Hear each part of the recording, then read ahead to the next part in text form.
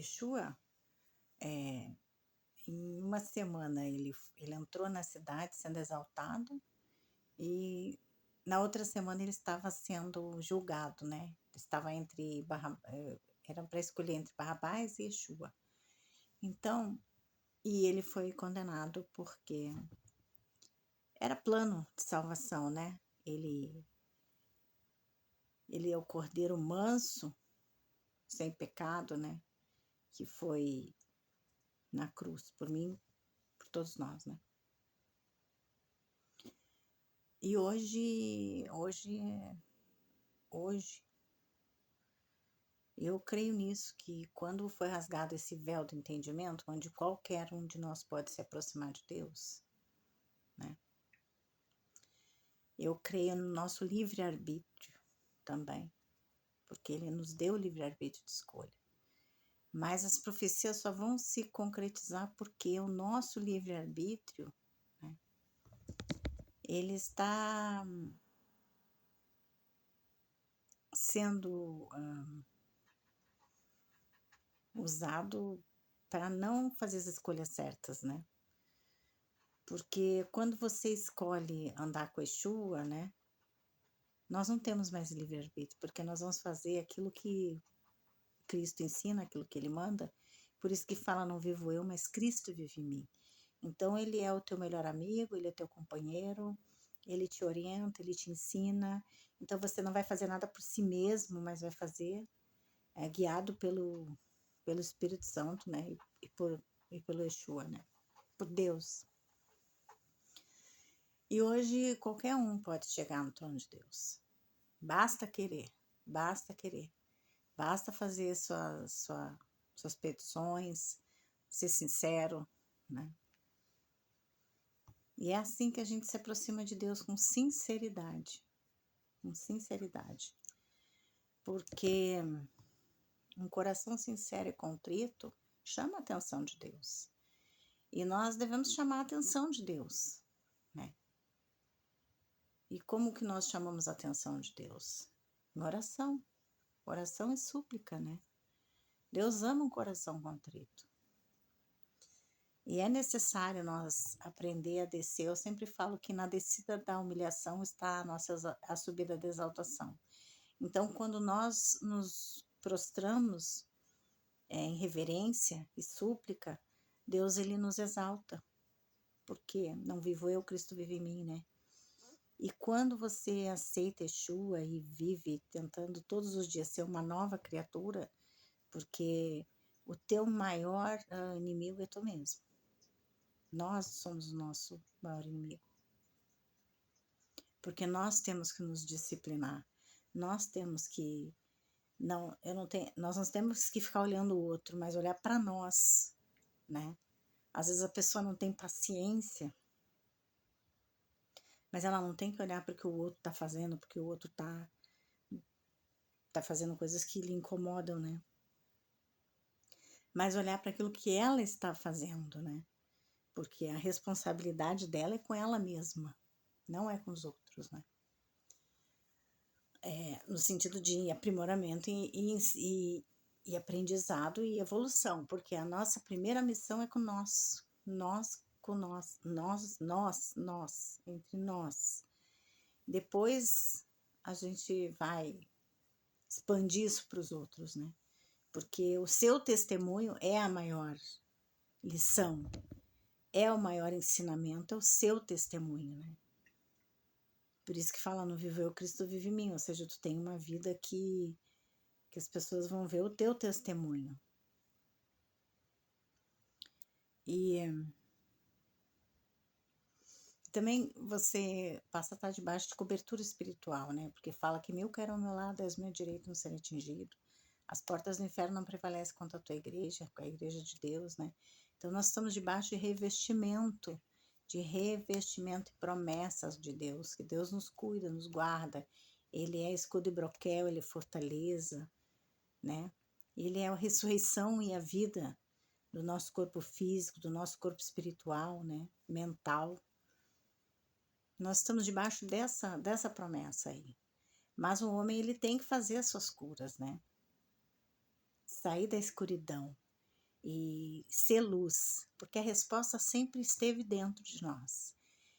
Yeshua é luz, ele era luz, ele é a luz do mundo. E hoje nós somos centelhas divinas, né? Só que tem pessoas que não acendem a sua centelha divina. Para acender sua centelha divina, você tem que entender que você é parte da criação, né? E andar com quem? Que é Yeshua, né? Procurar andar com Yeshua, com Deus Todo-Poderoso, o Eterno, que Ele que acende a nossa chama divina, né? E Ele cuida de nós, verdadeiramente Ele cuida, mas é necessário fazer as suas curas. Não há lugar para ressentimento, dores, nós vamos sentir sim, tá? Mas nós temos que aprender a transmutar isso, transmutar esses sentimentos de tristeza e dor, e angústia, em sentimentos de aprendizado, resiliência, né? De se renovar a cada dia. Nós temos que nos reinventar todos os dias, como novas criaturas, né? Porque esse é o entendimento.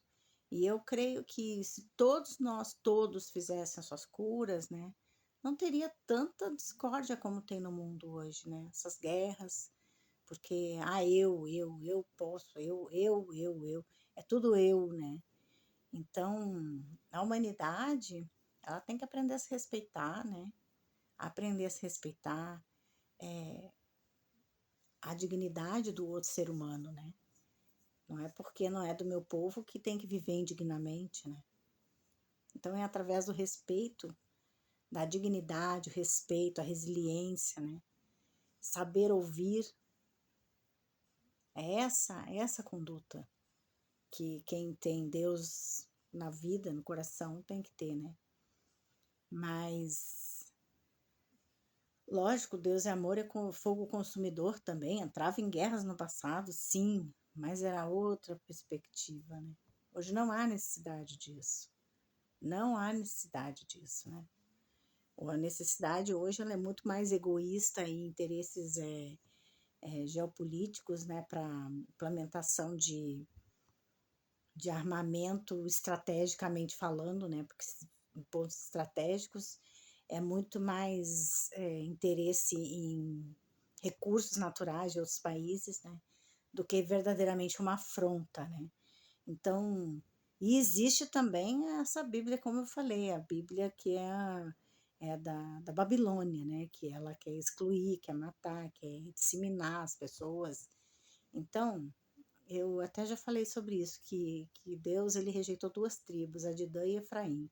Por quê? Porque eles eram idólatras. Mas não que ele rejeitasse a tribos descendentes, não. É porque naquela época, quem governava as tribos estava sendo rejeitado pelo Eterno, né? Por quê? E hoje não é diferente. Nós temos líderes aí que Deus rejeita eles. Nós temos Herodes na terra. Deus falou para mim, esse é um Herodes na terra. Nós temos um Absalão na terra. Nós temos, gente, acorda. Nós temos essas entidades que são pessoas, mas coloca esse nome porque tem aquelas características espirituais, né? Estão ligados àquelas milícias perversas espirituais e com este nome, entendeu? O Herodes perseguia quem? Jesus, né? O Absalão era o quê? Queria roubar o trono de Davi, roubou o trono de Davi, né? Depois morreu, mas roubou, né? Ele executou, enfim. Então, nós temos esses perversos na Terra já. E o posicionamento ele é muito importante. A palavra fala que a nossa luta não é contra a carne e o sangue, mas é contra os principados, potestades, os dominadores. Então, hoje, quando alguma coisa acontece aqui no plano físico, ela já está determinada no plano espiritual, porque os perversos, eles articulam, as pessoas pensam que o mal, ele não é organizado. O mal, ele é organizado, muito organizado. Então, eles já prepararam no plano espiritual para enviar para o nosso plano aqui na Terra. Só que as pessoas que oram já repreendem no plano espiritual. Por quê? Para que sejam frustrados, cancelados, rejeitados e não possam operar aqui na Terra. E assim eles trabalham. E existem também essas espiritualidades que elas trabalham em regiões, em cidades, em cidades, em países, né? Cada país, cada cidade tem uma potestade do inferno trabalhando ali.